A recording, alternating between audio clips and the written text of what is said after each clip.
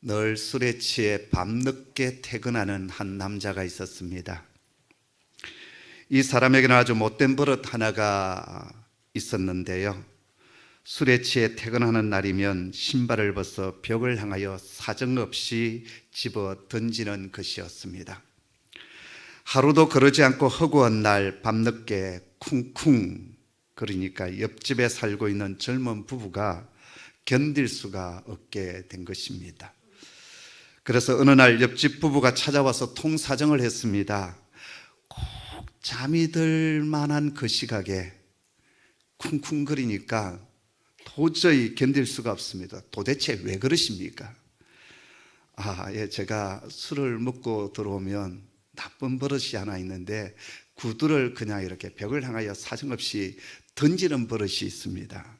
죄송합니다. 다음부터 제가 주의하겠습니다. 근데 그 다음 날이 되었습니다. 그날 또 여전히 술에 잔뜩 취해 들어와서 습관적으로 신발 하나를 집어 던졌습니다. 던지고 나서 생각해 보니까 옆집 부부의 찌그러진 얼굴이 딱 떠오르는 거예요. 그래서 나머지 한쪽 신발을 살짝 벗어서 옆에 내려놓았습니다. 그리고 한 30분이 지났을까요? 집에 초인종이 울렸습니다. 문을 열었더니 옆집 부부가 서 있었습니다. 그리고 이렇게 말했습니다. 빨리 그쪽 나머지 하나 더 던지세요. 그거 기다린다라고 제가 잠을 이룰 수가 없어요. 여러분, 길들여진다는 것, 이거 아주 무섭습니다. 우리가 좋은 방향으로 길들여져야 되는데요, 좋지 않게 길들여지면 문제가 생깁니다. 지난주부터 마태복음 연속 강의가 시작되었는데요, 우리에게는 정말 익숙한 본문의 말씀이 마태복음입니다. 제가 이 마태복음을 이제 연속 강의하기로 작정을 하고 계속 이 말씀을 묵상하는 가운데 걱정되는 것이 하나 생겼습니다. 첫 번째는 제가 이 말씀이 익숙하다 보니까 이 말씀을 그냥 익숙한 그대로 그냥 이때까지 이 말씀 속에서 받았던 그냥 그 은혜에 길들여진 채로 이 말씀을 준비하고 전하지 아니할까, 이러한 걱정이 제 속에 있고요. 그 말은 준비가 소홀할 수 있다라는 거예요. 낯선 본문, 어려운 본문이라면 이 말씀이 무슨 뜻일까 정말 많은 연구들을 하고 또 묵상도 많이 하게 될 텐데, 익숙한 본문이다 보니까 사람이 그렇잖아요. 다 아는 본문, 쉬운 본문, 그래서 그냥 준비가 소홀해지지 아니할까라고 하는 그런 우려가 제 속에 있습니다. 그리고 또 하나는 이 말씀이 우리 또 성도들에게는 익숙한 본문이다 보니까 그건 나 아는 말씀이지, 그래서 주일 아침 말씀에 대한 기대가 좀 덜할까 봐 그게 걱정이 됩니다.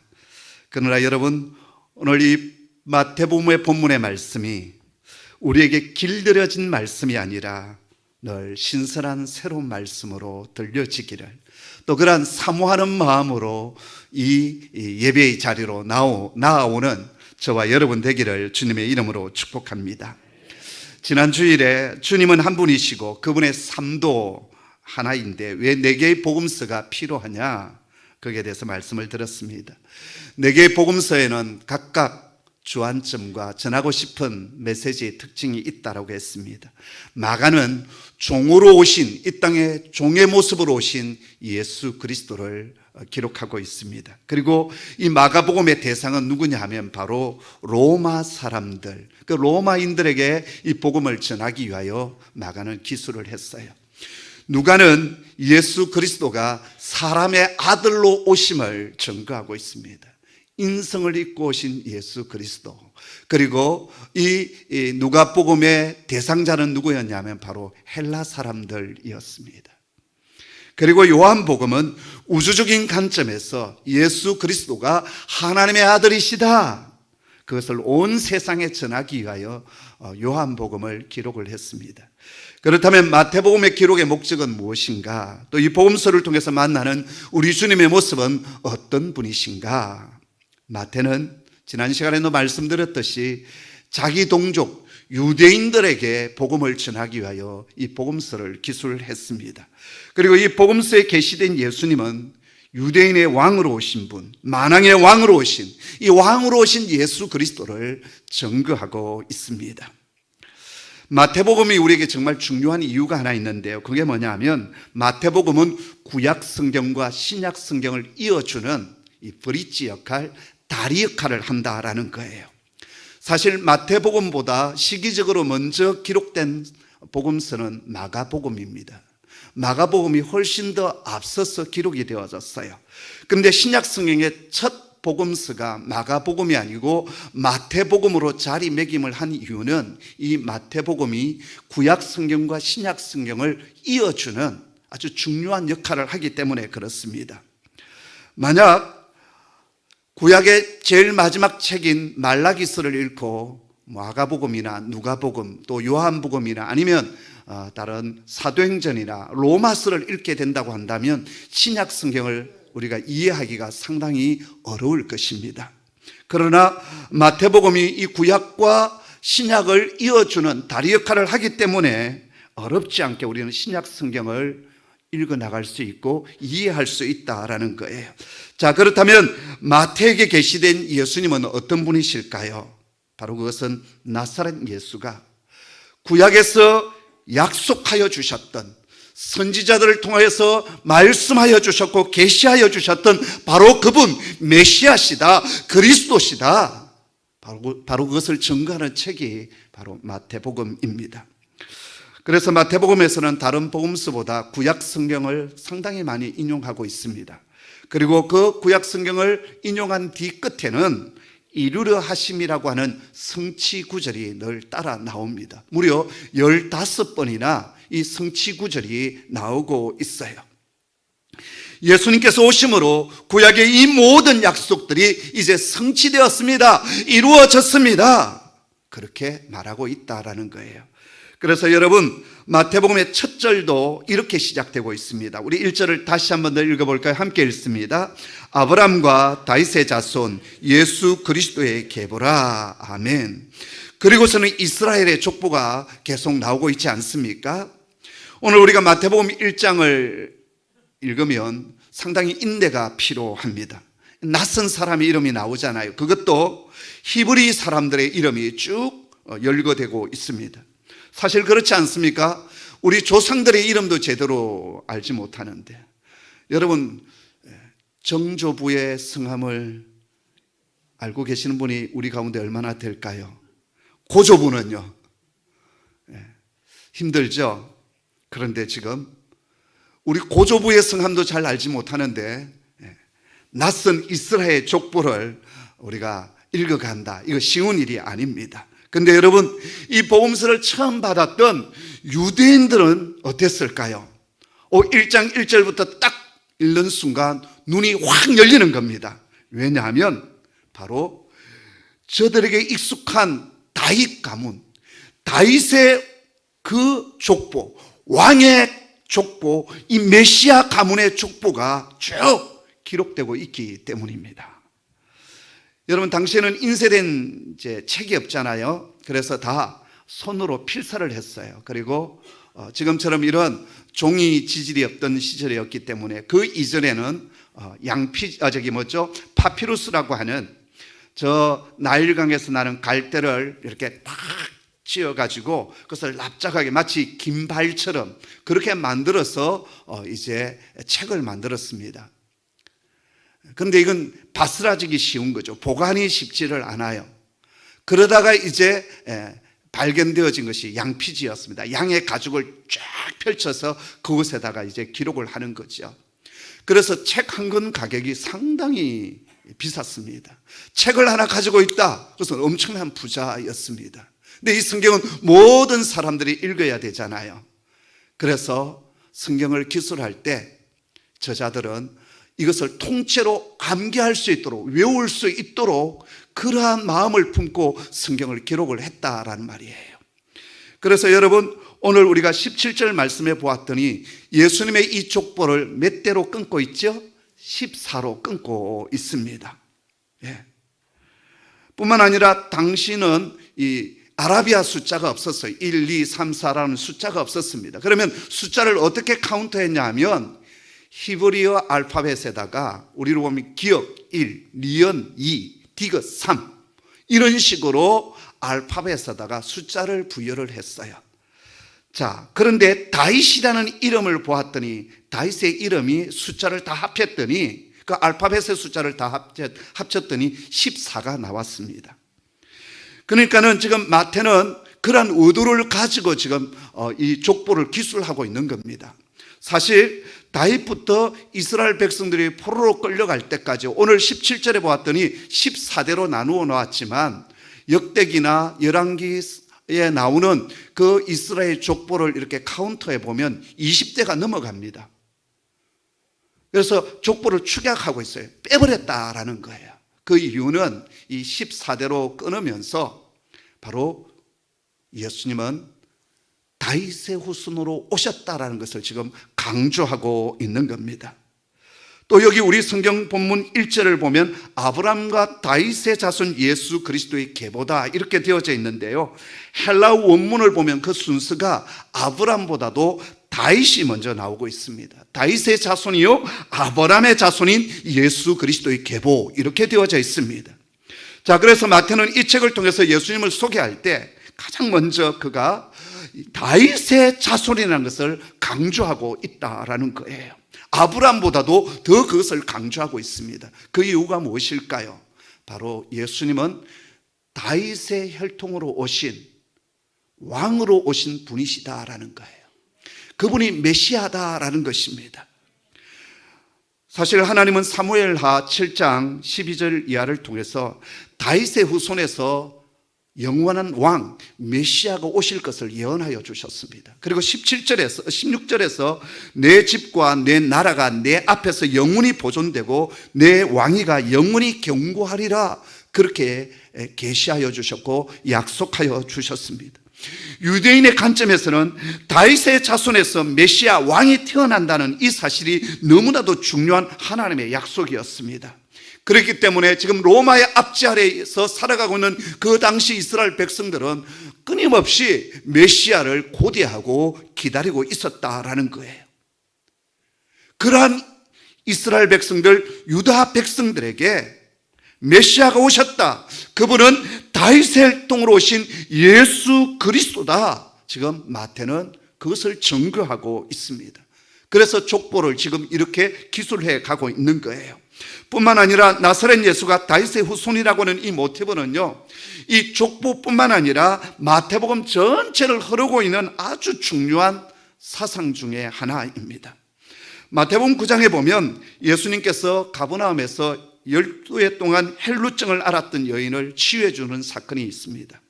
그리고 해당장의 딸을 치유해 주지 않습니까? 그리고 이제 그곳을 떠나게 될 때 두 맹인이 따라오면서 크게 소리를 지르며 이렇게 외칩니다. 다윗의 자손이여 우리를 불쌍히 여기소서.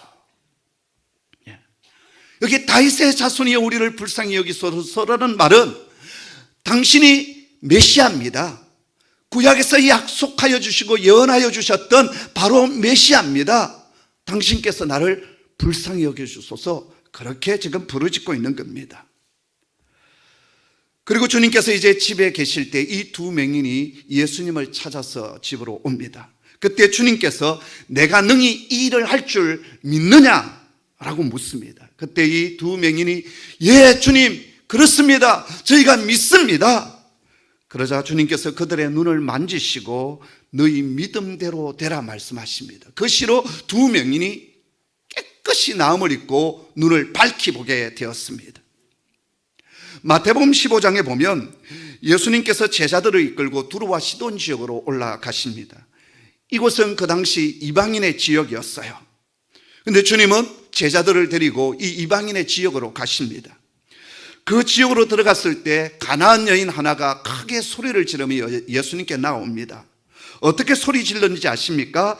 주 다윗의 자손이여 나를 불쌍히 여기소서 내 딸이 흉악한 귀신에 들렸나이다. 그렇게 불렀어요. 그때 주님께서는 이 여인의 부르짖음에 즉각적으로 응답하지 않습니다. 그리고 어떤 말씀도 하시지 않아요. 그럼에도 불구하고 이 여인은 계속 예수님께 부르짖었습니다. 그러자 옆에 있던 제자들이 주님 뭐라고 말씀하셔서 저 여인을 보내시든지 어떻게 해결해 주십시오. 도저히 시끄러워서 견딜 수가 없습니다. 그때 주님께서 하신 말씀이 무엇입니까? 나는 이스라엘에 잃어버린 양 외에는 보냄을 받지 아니했다 하면서 이 이방 여인에 대해서 거절의 의사를 분명히 밝힙니다. 하지만 그 여인은 주님께 더 가까이 나와 이번엔 절까지 하면서 주여 저를 도와주소서 그렇게 부르짖었어요. 이 정도 부르짖음이었다면 주님께서 응답하는 것이 마땅하지 않습니까? 그런데 주님의 응답은 정말 뜻밖이었습니다. 자녀들의 떡을 취하여 개들에게 던짐이 마땅치 아니하도다. 너는 이방 여인이고 개 같은 존재 아니냐? 여러분 이처럼 비참한 말이 어디 있겠습니까? 그런데 이 여인의 그 다음 말이 정말 놀랍습니다. 맞습니다 주님. 그러나 개들도 주인의 상에서 떨어지는 부스러기가 있지 않습니까? 저는 개 같은 이방 여인이지만 그 부스러기 같은 은혜를 제게 주십시오. 여러분 요즘 사람은 기분 나쁘면 천국도 안 가잖아요. 조금 수틀리면 이 교회 저 교회 옮겨 다니는 게 요즘 성도들 아닙니까? 오늘 이 수로보니게 여인 가나안 여인을 보십시오. 아주 비참한 얘기를 듣습니다. 그것도 주님의 입으로부터요. 너는 개 같은 여인이다. 내가 온 것은 이스라엘의 잃어버린 양을 위하여 왔다라고 말씀하십니다. 근데 이 여인은 그 다음 뭐라고 얘기합니까? 맞습니다. 저는 개 같은 이방 여인입니다. 그러나 개들도 주인의 상에서 떨어지는 부스러기 있지 않습니까? 그런 은혜라도 좋습니다. 제게 주십시오. 이 여인이 어떻게 이런 믿음의 고백을 할 수 있었을까요? 바로 예수님이 다윗의 자손 그리스도이심을 알았고 믿었기 때문이었습니다. 여러분 지난 시간에 마태복음서는 유대인들을 위한 복음서라고 말씀을 드렸습니다. 그런데 또 마태복음은 이방인들을 위한 복음서라고 또 말씀을 드렸습니다. 어떻게 유대인들을 위한 복음서가 이방인을 위한 복음서가 될 수 있었을까요? 주님께서 이 땅에 오신 첫 번째 목적은 이스라엘의 잃어버린 양을 구원하는 데 있었습니다. 그런데 그들이 주님을 거절했습니다. 말씀을 받아들이지 않았습니다. 성경을 가장 많이 알고 있었다고 하는 바리새인들과 제사장 그룹들이 서기관들이 주님을 거절했습니다. 말씀에 익숙하다고 하던 그들이, 영적으로는 권위 있다고 생각했던 그들이 다윗의 후손으로 오신 그 아들 예수 그리스도를 거절하고 밀어내었습니다. 말씀을 받아들이지 않았습니다.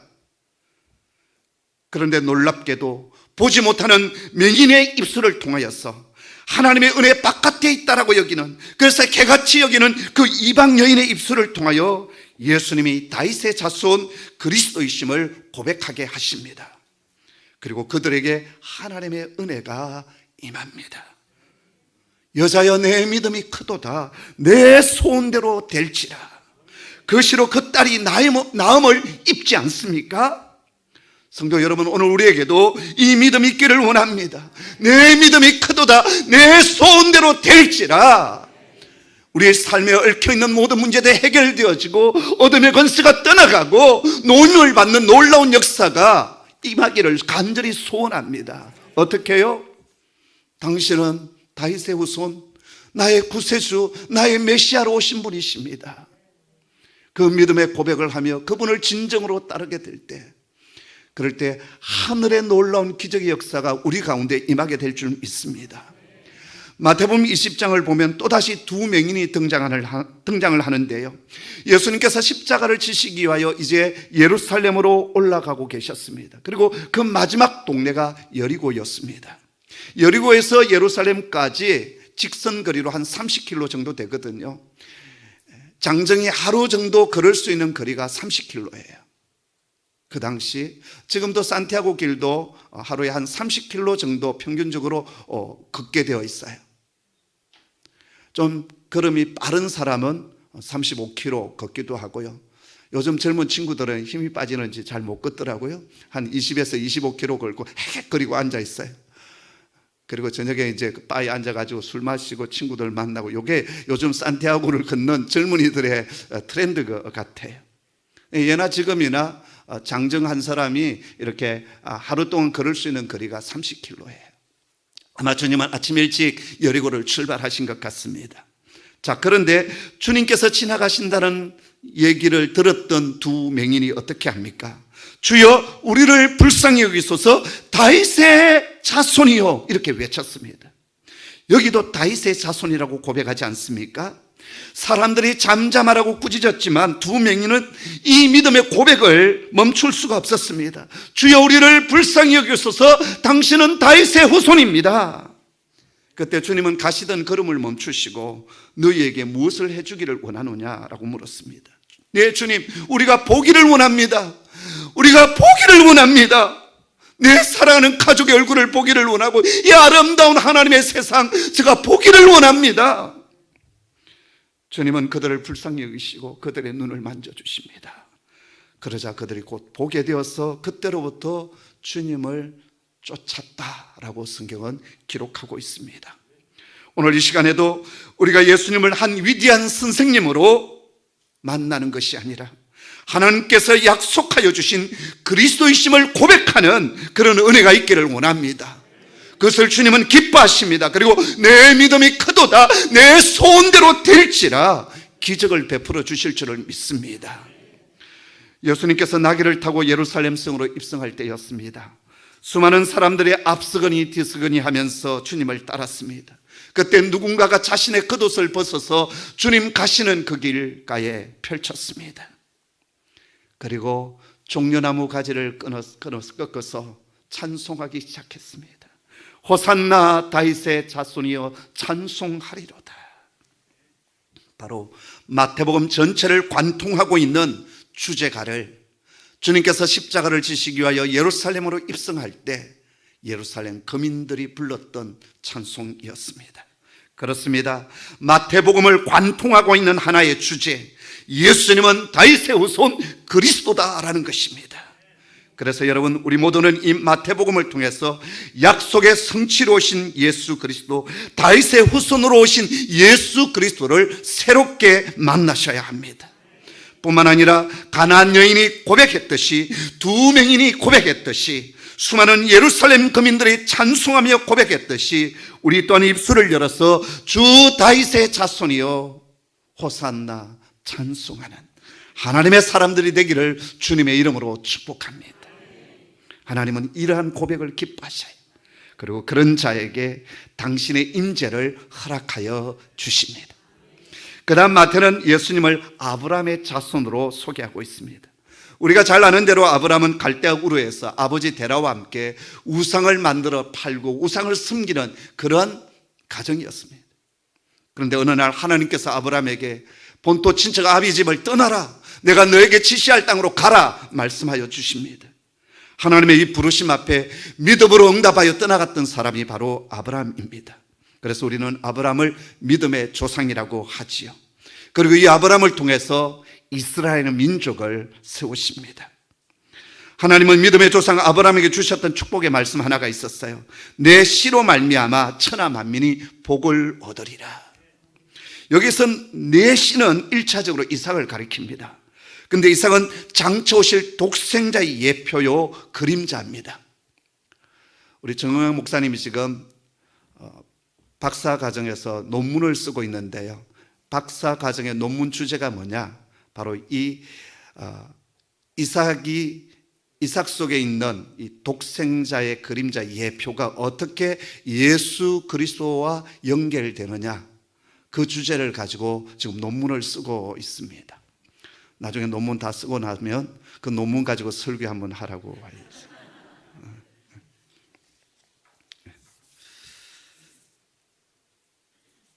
여러분, 1차적으로는 이삭이 씨입니다.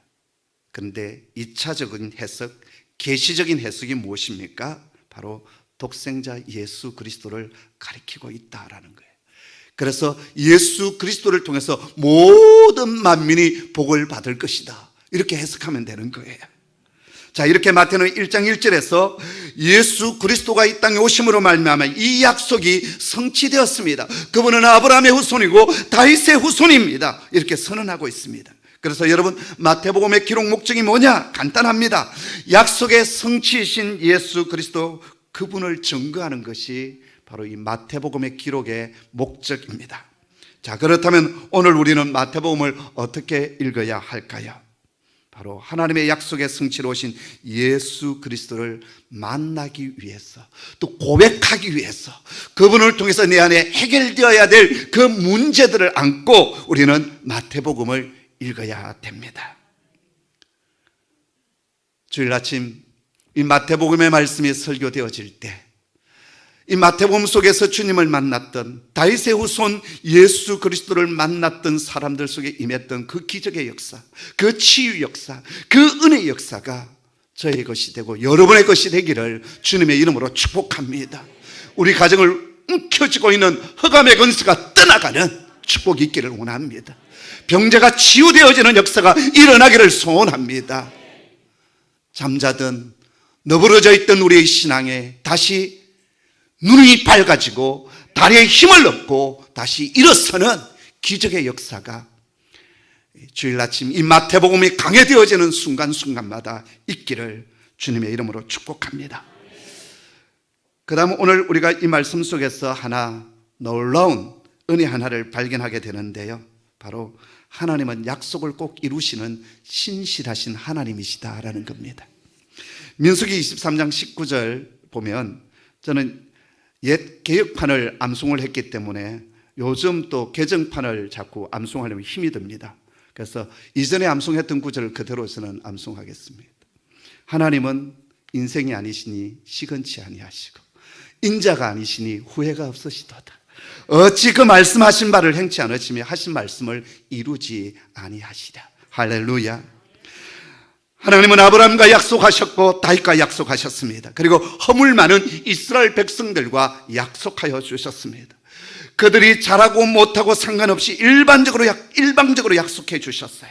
그리고 그 약속을 끝까지 지키시는 그 하나님의 끊임없는 변함없는 절대적인 사랑을 우리는 이 마태복음 1장 1절을 통해서 우리는 알게 됩니다. 사랑하는 성도 여러분, 하나님 절대 변하지 않습니다. 하나님께서 저와 여러분을 택하셨다면 하나님은 결코 우리를 버리지 아니하십니다. 우리는 상황에 따라서, 기분에 따라서, 감정에 따라서 하나님에 대한 우리의 믿음과 사랑이 자꾸 바뀌지 않습니까? 조벤스케처럼 바뀝니다. 그러나 하나님은 우리를 구원하시겠다, 우리를 축복하시겠다, 우리를 영광스러운 자녀로 만드시겠다 약속하여 주시고 그 약속을 우리 가운데 이루어 가시는 하나님이십니다. 우리를 축복하시는데요, 우리의 수준을 뛰어넘도록 축복하시고 이끌어 가시는 하나님이십니다. 사실 다윗이 하나님으로부터 약속을 받았을 때 그가 생각하기로는 여호와의 성전을 중심으로 하나님의 나라를 건설해 줄 자로 기대했던 자는 다름 아닌 솔로몬이었습니다. 솔로몬의 이름의 뜻이 뭡니까? 샬롬에서 왔어요. 평강, 평화라는 뜻을 가지고 있습니다. 그리고 솔로몬이 받았던 가장 큰 은사가 뭐였습니까? 하늘의 지혜였습니다. 그리고 그는 예루살렘 성전을 건축했습니다. 다윗이 생각하기에 당연히 솔로몬을 통하여 하나님의 약속이 성취되어서 평화와 지혜로 하나님의 왕국을 이끌어가고 세워갈 줄 알았습니다. 그러나 그는 실패했습니다. 위로부터 내리는 지혜를 그가 선물로 받았지만 그의 통치 후반기는 불순종과 우상 숭배에 빠지고 말았습니다. 그는 성전을 건축하고서도 성전의 존재 목적을 저버리고 하나님을 떠난 삶을 살고 말았습니다. 그의 왕국은 강성했지만 그의 범죄로 말미암아 그가 죽자마자 그 왕국은 남과 북으로 나뉘어졌습니다. 그리고 북왕국 이스라엘은 주전 722년에 아수르 제국에서 망하게 되었고, 남왕국 유다는 586년에 바벨론 제국에 의해서 망하고 말았습니다. 자, 그러면 하나님의 약속은 끝난 것처럼 보이지 않습니까? 실패한 것처럼 보입니다. 그러나 하나님은 오늘 여기 다윗의 가문에서 한 거룩한 왕을 세워주십니다. 이 왕은 솔로몬의 삶과 통치로 나타나는 모든 실패를 새롭게 회복시키는 왕이십니다. 솔로몬은 세상적인 힘으로, 군대의 힘으로 이 땅에 평화를 만들어 갔지만 이분은 사랑과 온유와 섬김으로 이 땅에 평화 샬롬을 만들어 가십니다.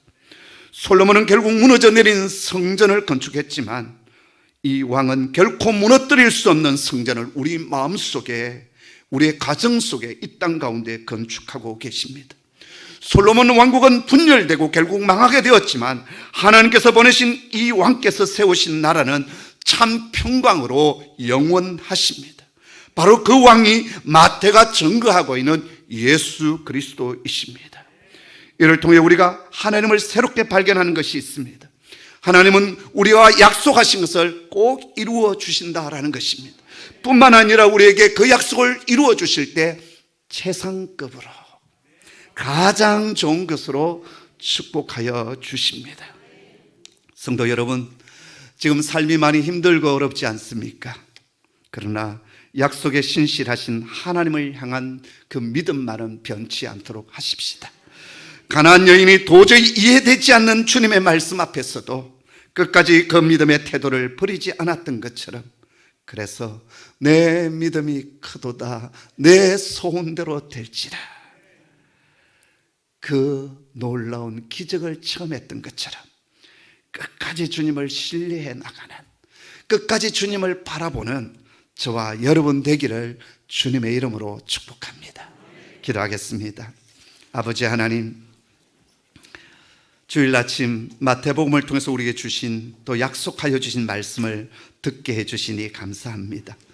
약속에 신실하신 주님, 우리의 생애도 내 삶에도 그 약속에 신실하신 주님께서 역사하여 주시옵소서. 가장 좋은 것으로 만들어 주시옵소서. 약속이 희미해지고 삶이 더욱 어려워지고 또 힘들어진 그 순간에도 끝까지 그 가나안 여인처럼 주님을 향한 그 믿음 버리지 않고 더욱 주님께 다가가는, 주님 앞에 고백하는 신앙으로 저희들 성장해 가게 하여 주시옵소서. 주일 아침 이 자리가, 마태복음의 말씀이 증거되어지는 이 자리가 기적의 자리가 되기를 원합니다. 어둠의 권세 귀신이 떠나가게 하여 주시고 병든 자들이 치유가 일어나게 되며 가정의 힘들고 어려운 문제들이 해결되어지는, 무엇보다도 주님을 아직 만나지 못한 사람들이 주님을 새롭게 만나는 기적이 있게 하여 주시옵소서. 예수님의 이름으로 기도드리옵나이다. 아멘.